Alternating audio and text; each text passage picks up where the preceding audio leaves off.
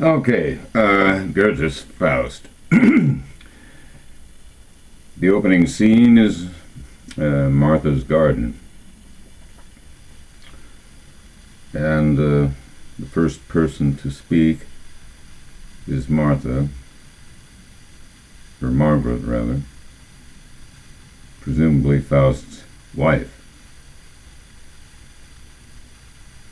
Now tell me, Henry, what I can. How to religion is your soul inclined? You are indeed a kind, good-hearted man. My doubts on this one point distress my mind. Dearest, no more of this. You know me true. Know I would shed my heart's best blood for you. None of their faith or ritual would bereave.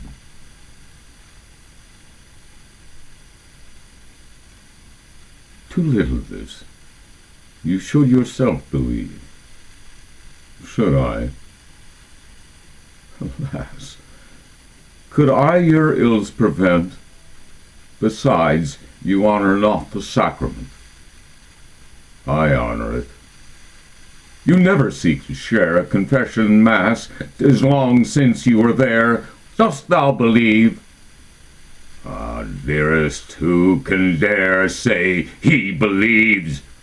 Ask the religious, ask the wise, and all the priest or sage replies, but mocks the asker.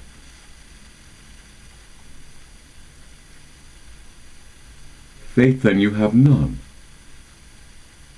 Do not distort my answer, lovely one. Who could himself compel to say he disbelieves the being whose presence all must feel so well? The all-creator, the all-sustainer, does he not uphold thyself and me and all? Does not yon vaulted heaven expand round the vast earth on which we stand?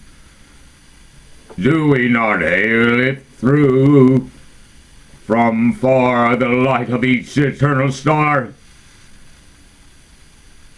Are not my eyes in yours reflected, and all these living proofs collected?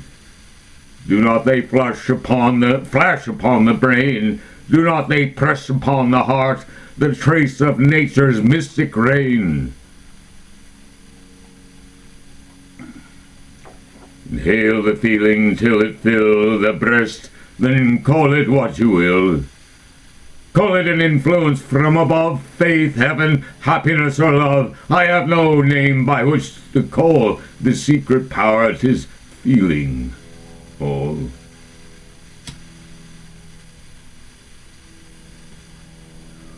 All that you say is spoken well.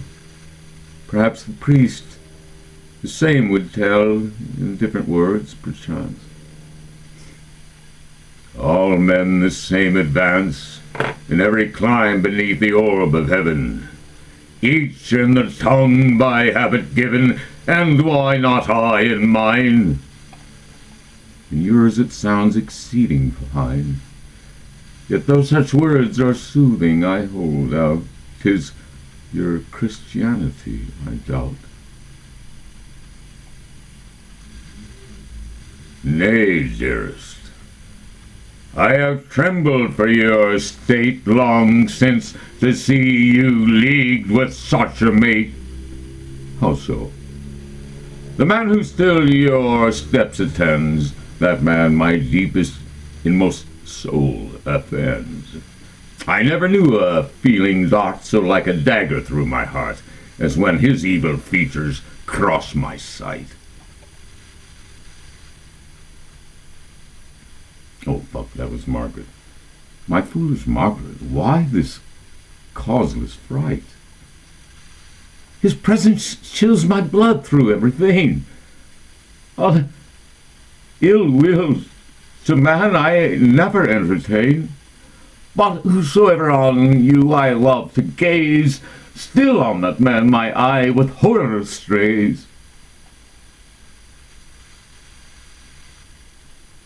To bad a race I hold him to belong. May God forgive me if I do him wrong.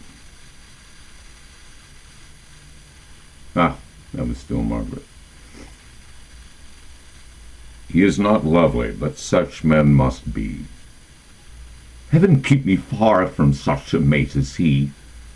If at our door he chanced to knock, his very lip seems curled to mock, yet furious in his very sneers. He takes no part in aught he sees or hears.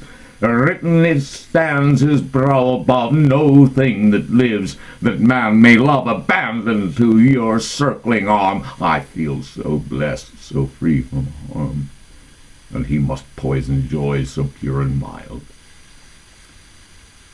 Thou loveliest, best, but most suspecting child, my nerve so strongly it comes o'er, I feel whenever he joins us on our way,